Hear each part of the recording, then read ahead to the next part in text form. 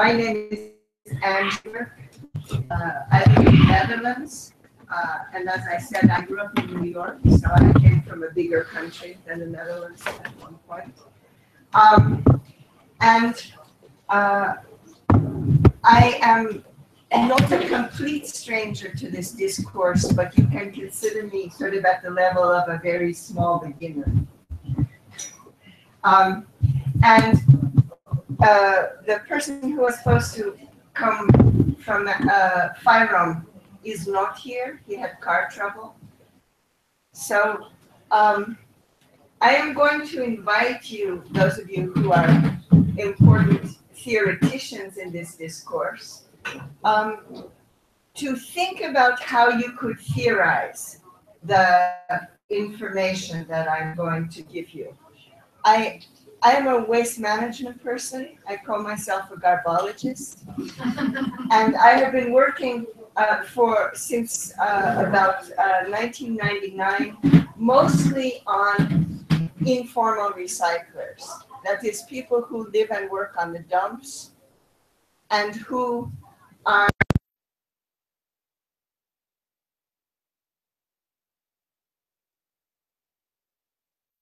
the other hand, they are self-employed people. They are taking from the new urban commons. And there are many sort of touching points with the discourse here.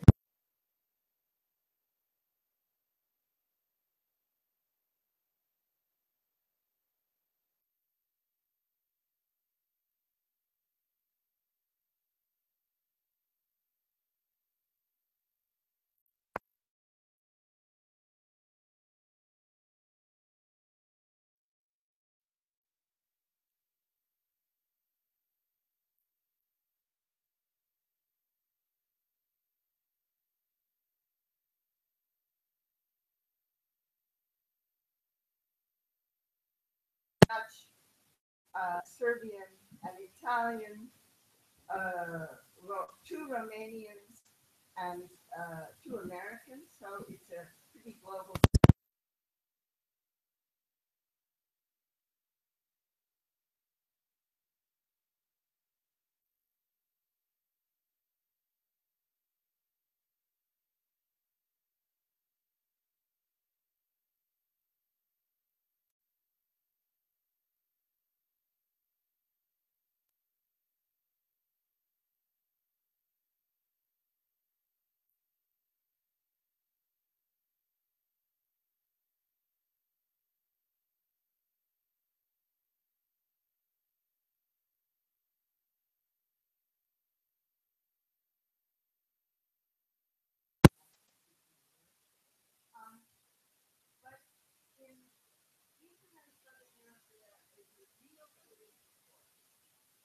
When you think about the circular economy and sort of access to resources, there are some very strange things happening. We looked at the discourse and the waves of ideas about informal recycling. And in this presentation, I'm going to tell you about what we found and what some informal recyclers and their friends are doing about it. So European waste systems have basically eliminated the commons in your terms. The places that you can put waste are highly controlled, and the people who are entitled to handle it are fairly restricted. But new pressures are challenging those systems, from the economic crisis, climate change, stretched cities, refugees, and in the background, but not yet really operational, scarcity. Some concepts, with a service chain, that's the public and privatized waste management system. And these are the people who, and institutions who are paid to create a clean, empty space where the waste has been taken away. You have national ministries, you have producers of consumer goods, industrial and agricultural value chains the value chains are the that are taking the information, the materials, and using them for different purposes. Civil society. The sort of social science work on informal recyclers began around 1998. A Mexican named Martin Medina, and the first work on Roma informal recyclers was around 2004, 2005. There are a tremendous amount of stereotypes, and I'm going to crash some of them. So in the first wave of scholarship, which was also talking to informal recyclers, we found out that many of them choose this activity because it's the best they can find, and it's quite well paid, a lot of money. There's a big discourse about child labor in scavenging, and most of it's not very true, but there is some truth to it.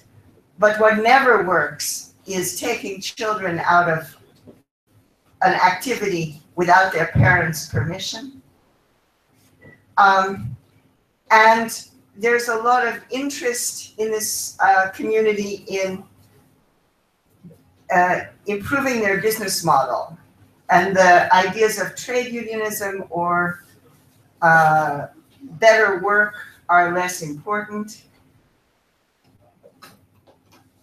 Most people who are in waste picking leave after 6 months, or they're in it for 3 generations.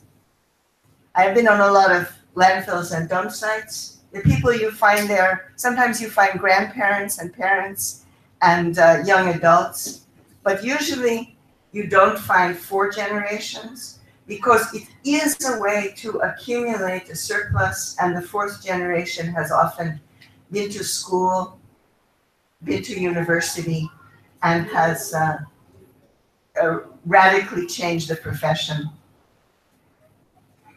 The second wave of sort of information on informal recyclers, there are probably as much as 1% of the world population.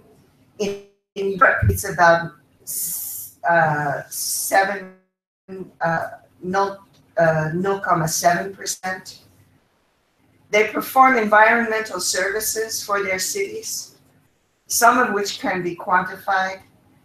Informal recyclers are a group that is generating in economic terms positive externalities. And the EU policies make it that the fact that they are not legal is going to make it impossible in the next years for them to do what they are doing.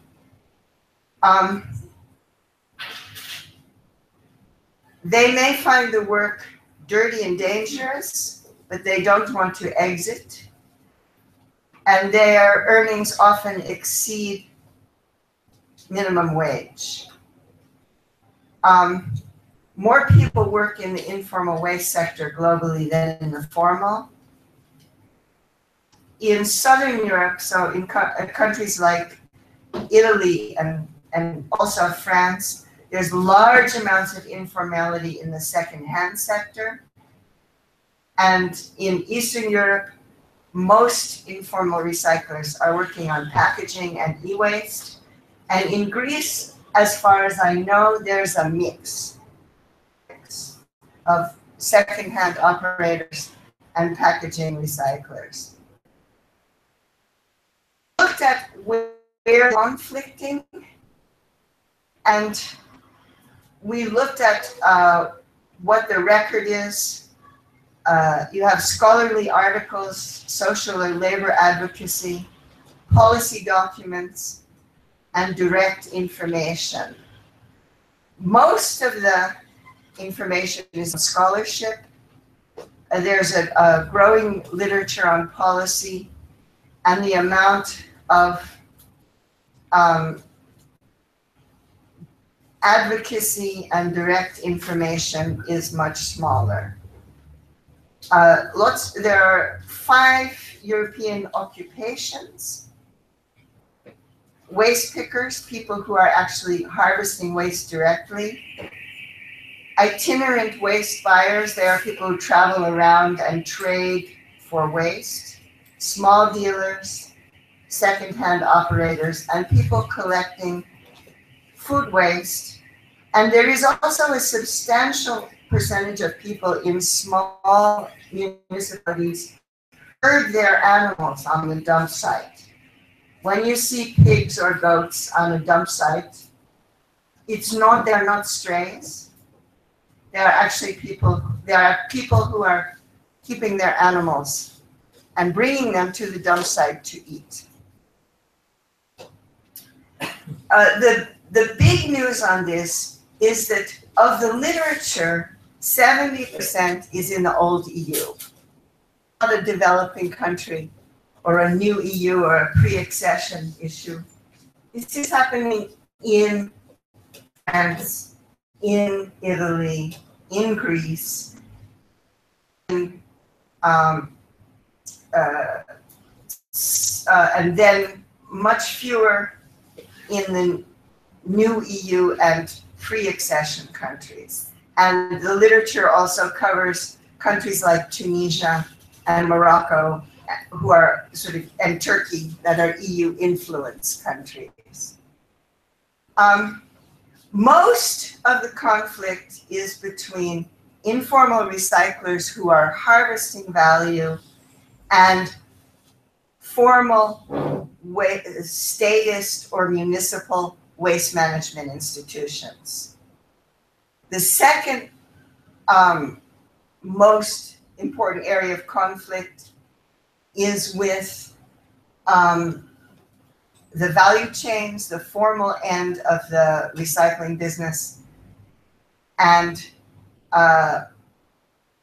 there is a certain amount of conflict with labor ministries and with new EU-conformed packaging systems. This is just some more about that. There's a certain amount of activist scholarship. We are inviting informal recyclers to come to meetings. Mostly, it's hard for them to miss even one day's work, because particularly the packaging recyclers, they're earning, let's say, 15 euros a day. And if they go to a meeting and you don't replace this income, they can't afford to come.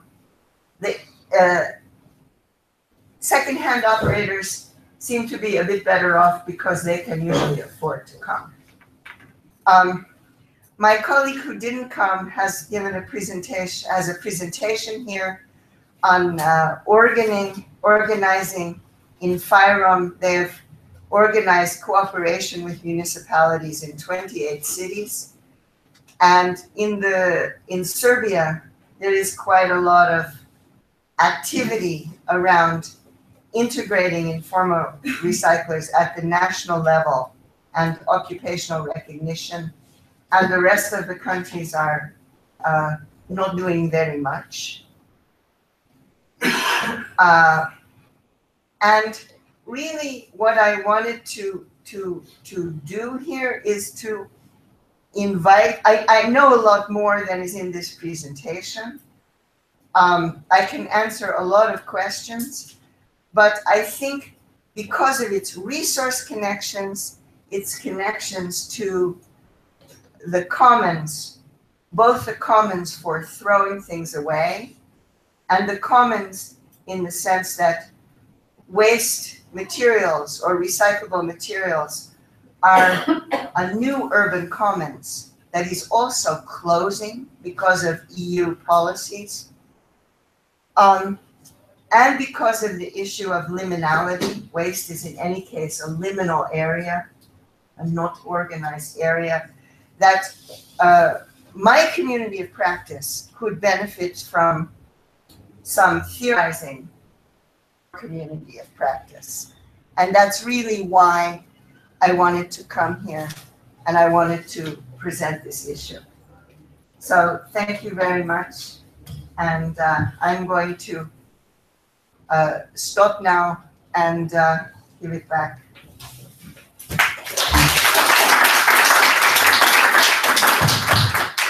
Thank you, Anne. Very good. So now we have Gemma Neville giving a presentation on Constitution Street, right? You can present yourself, your background, I think also. Can I maybe have it standing up? Should I put your... Yeah, please. Let's do this. Yeah, Stand up, yeah. Is that all right? Do you want to stand here? Sure. Yeah, There we go. that's me. So you should stand quite close to the microphone. You can go over. If you want to take it off, you can hold it. Take it Okay, can I do karaoke? Yeah. Okay, can you hear me that sort of distance? Sure. Well, first thing, thank you so much for staying. I know it's been a really long and hot day, so thank you for paying me the respect of staying on. And feel free, if you want to stand up or move about or do a dance, whatever you need to do at this time of day, then please feel free. So my name is Gemma Neville. My background is human rights law. So the last few years I've been running an arts participation charity in Scotland. And I've got the huge privilege at the moment of being on a sabbatical to do some creative writing. And I'm just a couple of months into this really quite personal narrative project. So I ask for your kindness in sharing some early experiences of that project.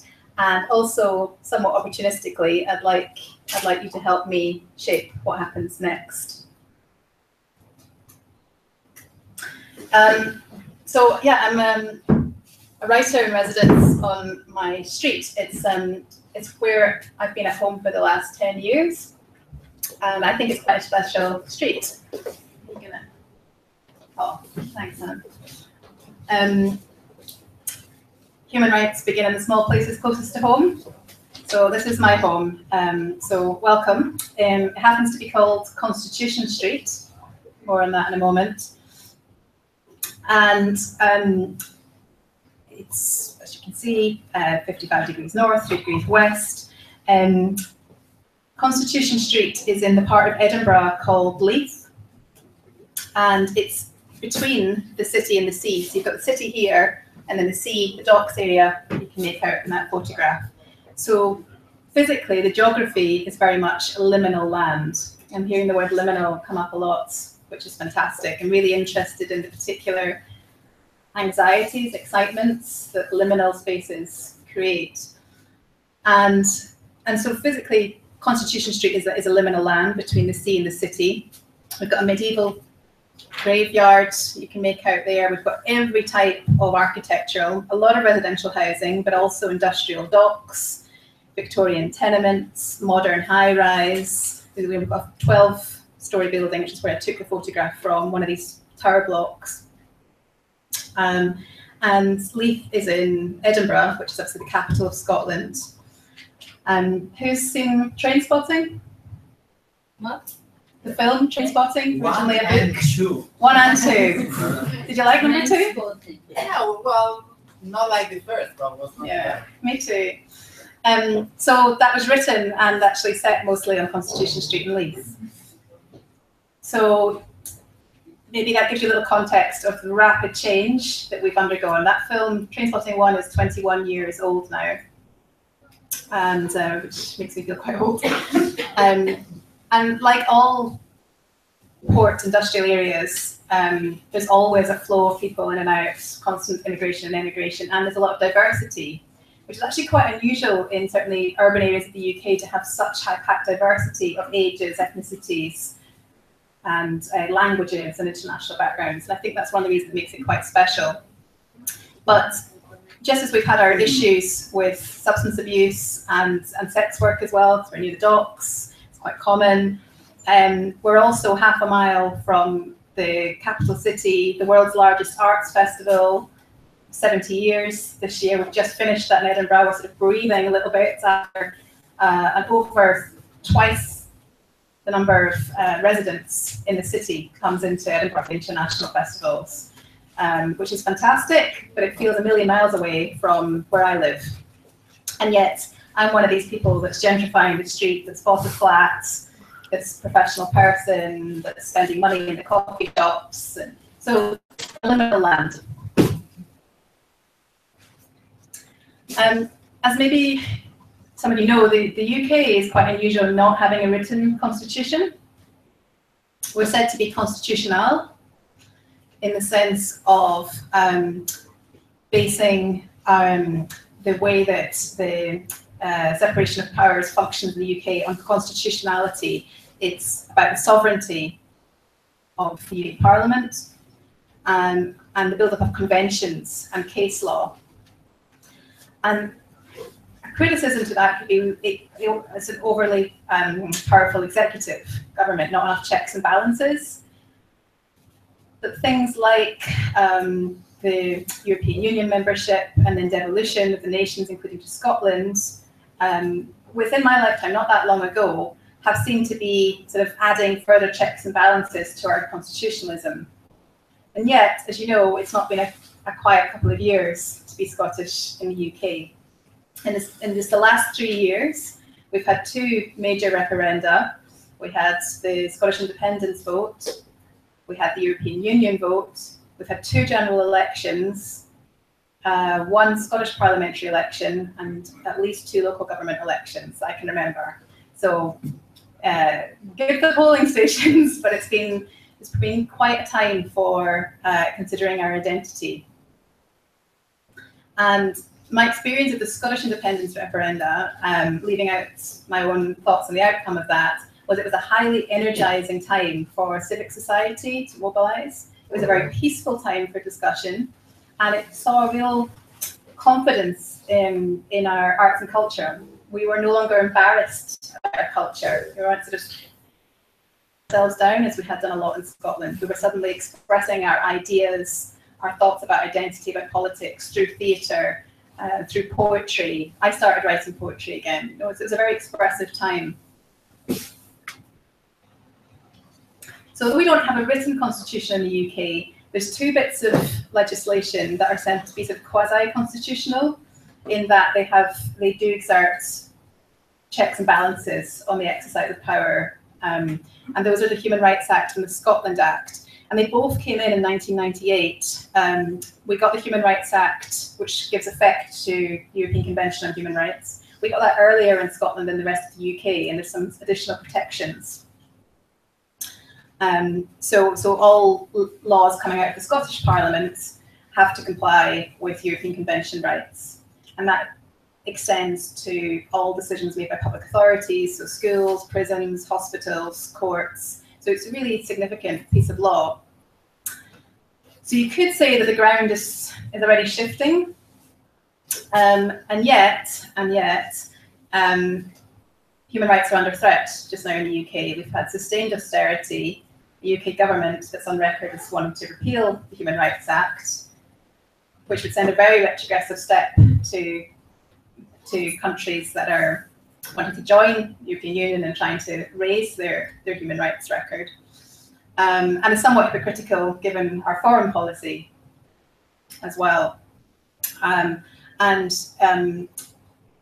Just a couple of months ago, because it's been a rapid time for politics recently, there was a challenge at the UK Supreme Court. It's called the Miller case, where the Supreme Court had to decide whether the UK government did need to get permission to press ahead with Brexit. They needed to get permission from the Parliament, or they could go straight ahead.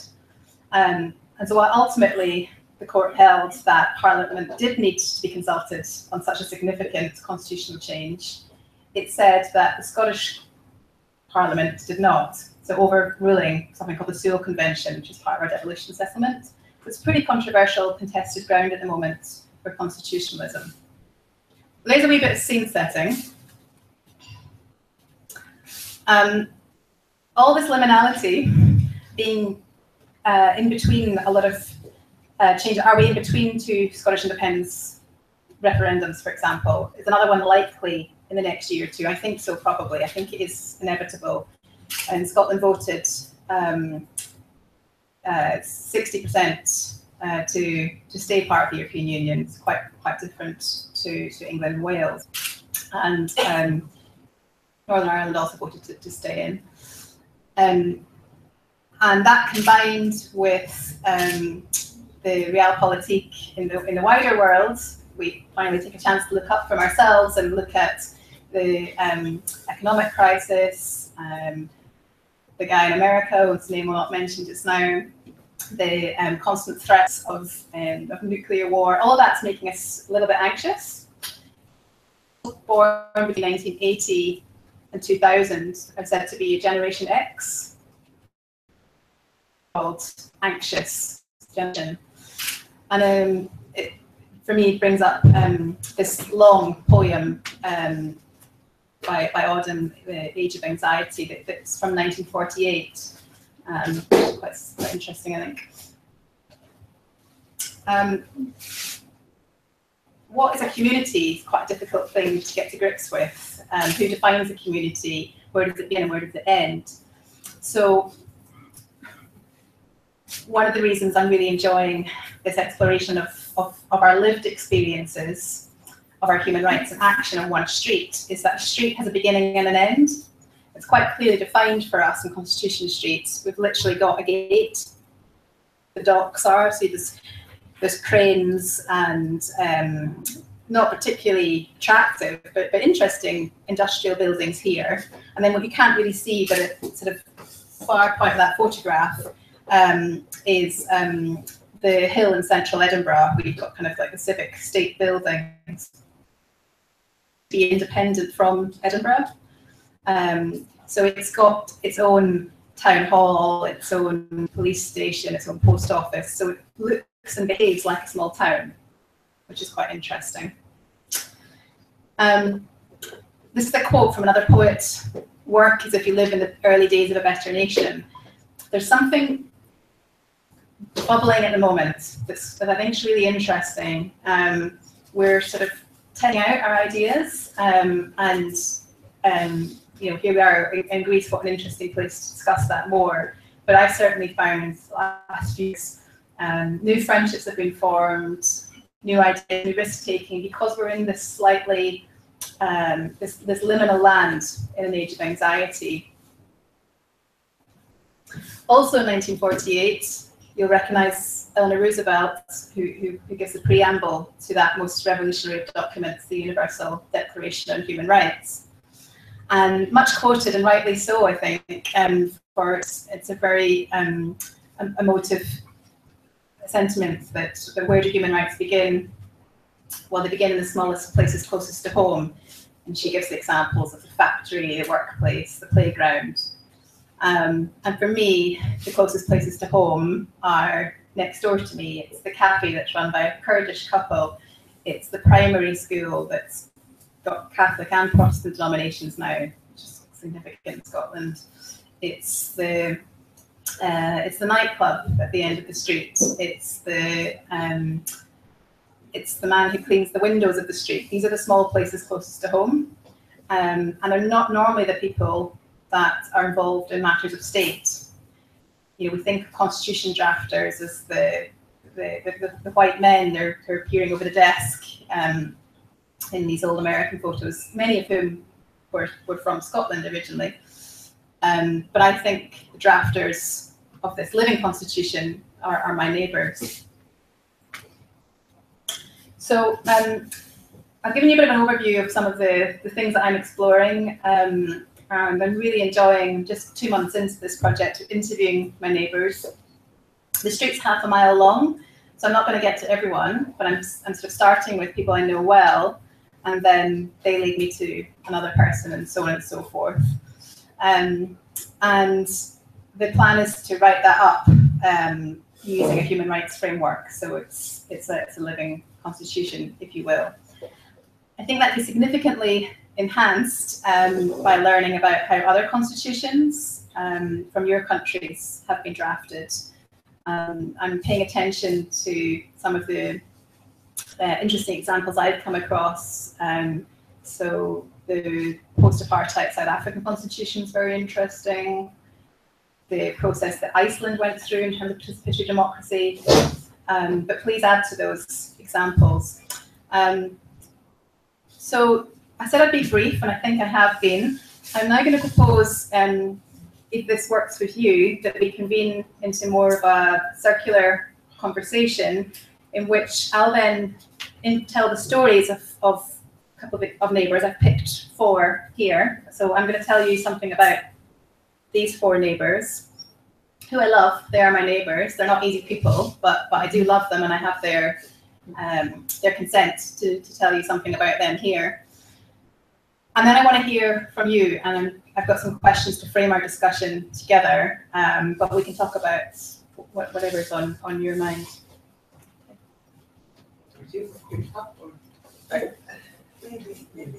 I can. So yes, the initial plan here was to split up into 2 groups and have one discussion based on Anne's talk and one on Gemma's talk. But we could also just have one discussion together here. I don't know how to. I think. Yeah. Then I suggest that those who want to discuss more from Anne's talk, join here and move to the other room. Because I don't need a projector, I don't need pictures. So. And from Gemma's talk, you gather here, right? And we try to make it quite even group, I think. Gemma, can you put your email address slide?